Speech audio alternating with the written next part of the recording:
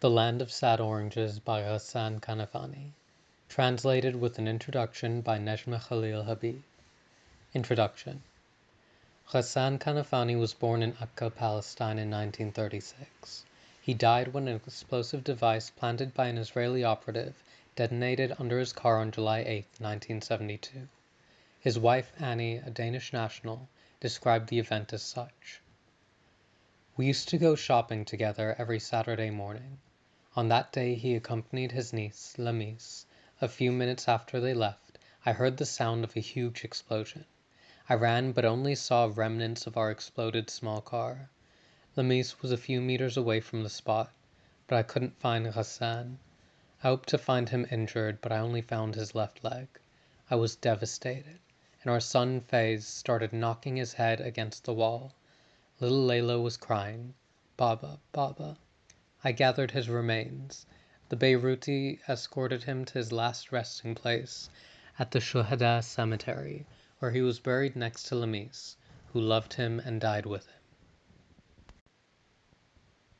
Kanafani is a prominent literary figure in Arabic literature.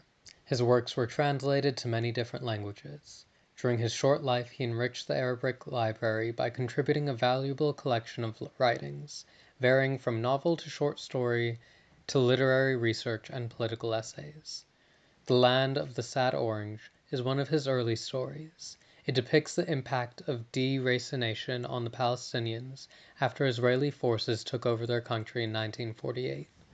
In this story, Kanafani mixes artistic reality with history. Though the story tells the suffering of a middle-class family, it is exemplary of the experience of thousands of displaced families, who suffered the humiliation of leaving their country and living in poverty, following the 1948 defeat of the Arab armies and the creation of the State of Israel. The Land of Sad Oranges by Ghassan Kanafani. When we left Jaffa to Akka, I felt no agony. It was like going from a city to another for a holiday. For several days nothing painful happened. I was happy because this move gave me a nice break from school. Things started to look differently when Akka was attacked.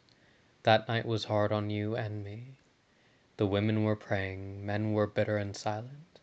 You and me and all the kids our age didn't understand what was going on. But that night we started to gather the threads of the story. When the Israeli soldiers left, after threatening and swearing, a big van stopped in front of our home, and things, mainly beds and blankets, were thrown into it. I was standing with my back against the wall of the old house when I saw your mother rise up into the van, then your aunt, followed by the little ones. Your father picked you up and threw you over the furniture. In the same way, he lifted me over his head and threw me in the iron box at the top of the van. There was your brother, Riyadh, sitting in silence. Before having myself settled properly, the cars started moving and Akka started to fade little by little. Through the ascending zigzag road that led to Ras and Agora. The sky was cloudy, a touch of cold air chilled my body. Riyadh sat calmly with his legs propped on top of the box, his back resting against the furniture, staring at the sky. I was sitting in silence, holding my knees by my arms and putting my chin between my legs. All along the way there were orange groves.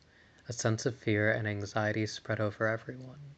The car moved with difficulty over the wet soil, and from a distance we heard the sound of gunshots, as if bidding us farewell. When Ras and Agora appeared, the car stopped. The women came down from among the belongings and went to a farmer who was squatting in front of a basket of oranges. They picked up the oranges, and we heard them lamenting. At that moment I realized that oranges are something precious, and that they are dear to our hearts. The women brought the fruits and went back to the car. Your father stretched out his arm, took an orange, stared at it silently, then burst into tears, just like a miserable little child. In Ras and Agora our cars stopped among many other cars. The men gave up their guns to the police officers, who were there for that reason. When our turn came, the table was full of hand and machine guns, and watched the long line of cars enter Lebanon, leaving long behind them the land of orange. I started wailing. Your mother was still looking in silence at the oranges.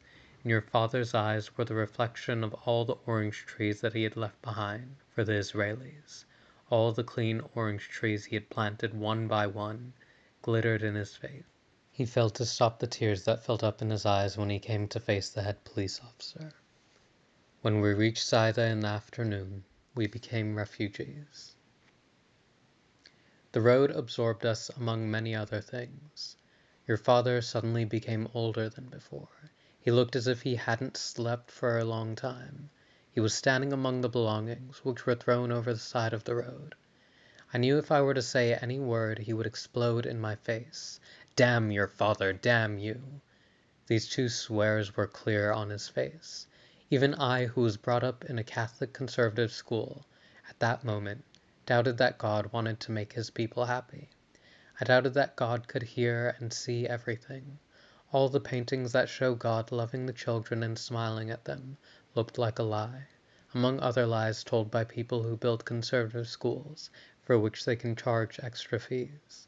I was sure that the God we knew in Palestine left her as well, and that he was a refugee somewhere in this world, and that he was incapable of solving his own problems, and that we, the refugees, who were sitting on the footpath, were waiting for a new destiny to find us a solution.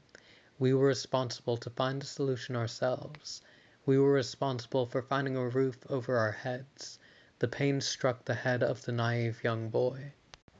Night was awful, and the dark started to fall bit by bit. I was frightened. Thinking that I'm going to spend the night on the pavement filled my spirit with dreadful nightmares. No one was there to calm me down. I couldn't find any person to turn to. Your father's rigid silence raised more fear in my heart, and the oranges in your mother's hand ignited fire in my chest. Everyone was silent. Everyone was looking at the black road, hoping that some solution would materialize from around the corner and take us to a certain shelter. Then destiny came. It came in the form of your uncle, who had arrived in town a few days earlier. He was our destiny. Your uncle wasn't a man of real values, and when he found himself on the road, he became more savage. He went to a house where a Jewish family lived, opened the door, threw the contents of the room away, and cried to their face, "Go to Palestine!" For sure they didn't go to Palestine, but intimidated by his frustration and anger, they went to another room, leaving him to enjoy a roof and a floor. Your uncle led us to that room. We were heaped with his family and his belongings. We slept on the floor and were covered by the men's coats. In the morning when we woke up, the men were still sitting on the chairs. The tragedy started to penetrate through our bodies. All our bodies. We didn't stay inside long, just 3 days. Your uncle's room wasn't wide enough even for half of us. Your mother asked your father either to find himself a job or to return to the oranges. Your father exploded in her face. His voice was trembling with rage. Then our family problems began. The happy, strong, bonded family we had once been was left behind along with the orange groves, the old house, and the martyrs. I didn't know from where your father got the money. I knew that he had sold your mother's jewelry, which he had bought her once to make her happy and proud of him. But the jewelry wasn't enough to solve our problems. Other resources were needed. Had your father borrowed any money? Had he sold any belongings that he brought with him without telling us? I couldn't tell, but I still remember that we moved to a certain suburb of Saida, and there your father sat on a high rock and smiled for the first time. He was waiting for the 15th of May to return with the victorious armies. The 15th of May came after a bitter period of time. Exactly at 12 o'clock, he nudged me with his foot while I was still sleeping, and said in a voice thundering with great expectation, "Get up, go see the Arab armies entering Palestine." I woke up in a frenzy, and we ran barefooted all along the hills in the middle of the night till we reached the street, which was a full kilometer away from the village. All of us youngsters and the elderly ran breathlessly like idiots. We saw the lights of the cars beaming from a distance, traveling toward Ras and Akura. When we reached the main street, we felt the cold, but your father's crazy shouting made us forget about everything. He started to run after the cars like a small boy. He waved at them. He shouted in a broken voice until he went out of breath, but he kept running after the cars like a small child. We ran beside him, shouting like him, as the admirable soldiers looked toward us from under their helmets, with silence and stiffness. We were all breathless, though your father kept running in spite of his 50 years. He was throwing cigarettes to the soldiers. He kept running and we kept following, like a small herd of goats. The procession of cars vanished suddenly, and we returned home, tired and breathless. Your father became silent and speechless. When a passing car flashed its lights at his face, tears were spread all over his cheeks. After that day, life passed slowly. We were deceived by announcements and by the bitter truth. Grimness started to invade our faces. Your father found it difficult to talk about Palestine or the happy days in his orange groves or his houses.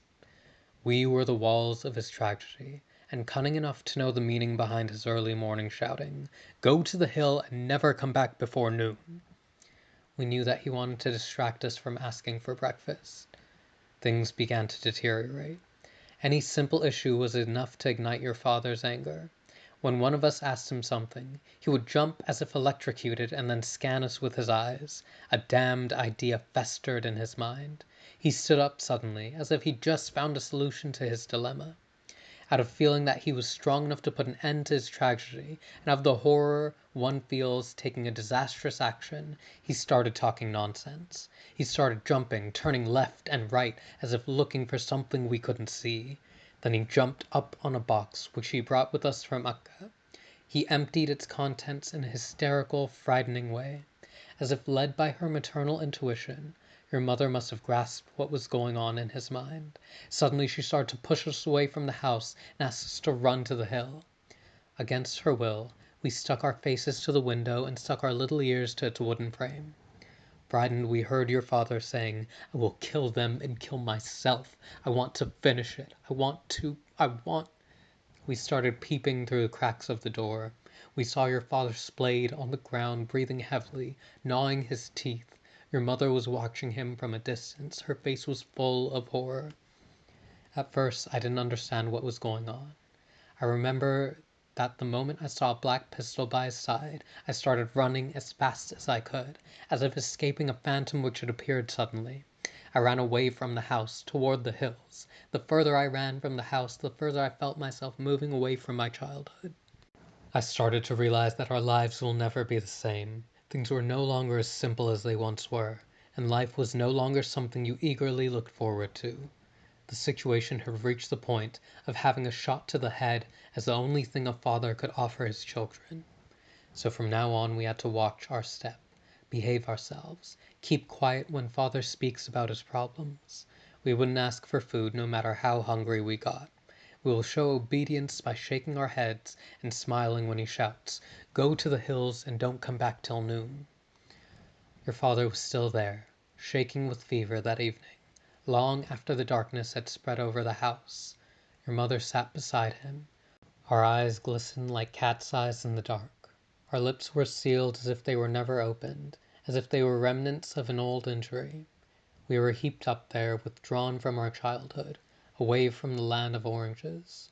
Oranges that died, an old farmer once told us, if watered by strange hands. Your father was still sick, thrown down on his bed, and your mother was gnawing tragic tears that never left her eyes. I snuck into the room, an outcast. I saw your father's face quiver with broken rage, and I saw at the same time that black pistol on the low table. Near it was an orange. The orange was wrinkled and dry.